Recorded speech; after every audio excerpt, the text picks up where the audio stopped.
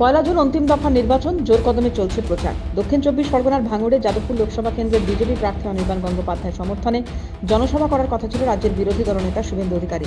সেই মতো বাঁধা হয়েছিল মঞ্চ, আসতে শুরু করেছিলেন বিজেপি কর্মী সমর্থকরাও। কিন্তু শেষ মুহূর্তে সভা বাতিলের অভিযোগ পুলিশের বিরুদ্ধে, যদি অভিযোগ অস্বীকার তৃণমূলের। না, ভাঙড়ে শুভেন্দু অধিকারী এলে ওদের অসুবিধা আছে, সেই জন্য যাতে এখানে সভাটা বাতিল করে আজকের এখানে তৃণমূল কংগ্রেসকে দোষ দিচ্ছে, আমাদের দোষ দিচ্ছে। এটা একটা অসভ্যতা ছাড়া অন্য কিছু নয়। বুধবার সভা বাতিলের চিঠি হাতে নিয়ে সাংবাদিক সম্মেলন করেন রাজ্যের বিরোধী দলনেতা। সরাসরি পুলিশকে আক্রমণ করে বিরোধী দলনেতার তো এটা পুলিশ বনাম বিজেপির লড়াই।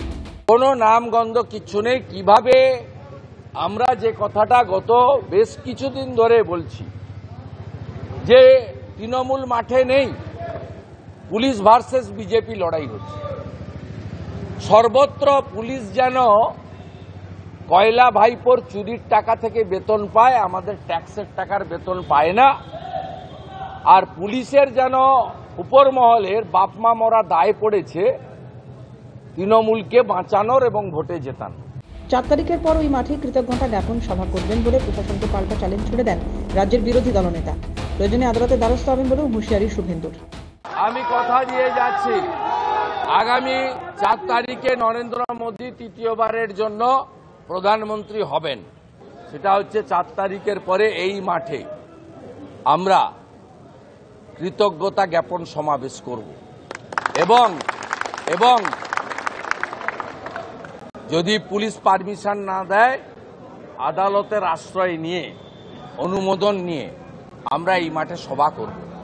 100 মিটারের মধ্যে তৃণমূলের সভা রয়েছে, এই অজুহাত দেখিয়ে শুভেন্দু অধিকারী সভা বাতিলের অভিযোগ বিজেপির। পরিকল্পিতভাবে বাধার সৃষ্টি করা হয়েছে, তো বিজেপি রাজ্যসভার সাংসদ সমীর ভট্টাচার্য।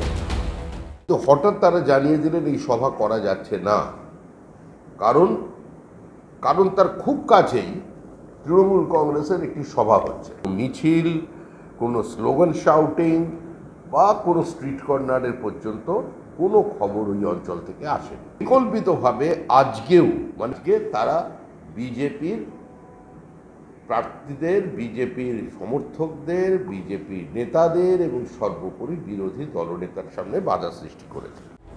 বারবার কেন বাধার মুখে পড়তে হয় শুভেন্দু অধিকারীকে? তবে কি ভয় পাচ্ছে তৃণমূল বা রাজ্য প্রশাসন? বিরোধীদের সবার ক্ষেত্রেই কেন এইরকম দ্বিচারিতা হচ্ছে, সেটা নিয়েও কিন্তু বিরোধীরা সবাই প্রশ্নচিহ্ন বা প্রশ্ন করছেন। দক্ষিণ চব্বিশ পরগনার ভাঙড় থেকে ক্যামেরায় মেহেরাব হোসেনের সঙ্গে তমাল সরকার, ক্যালকাটা নিউজ।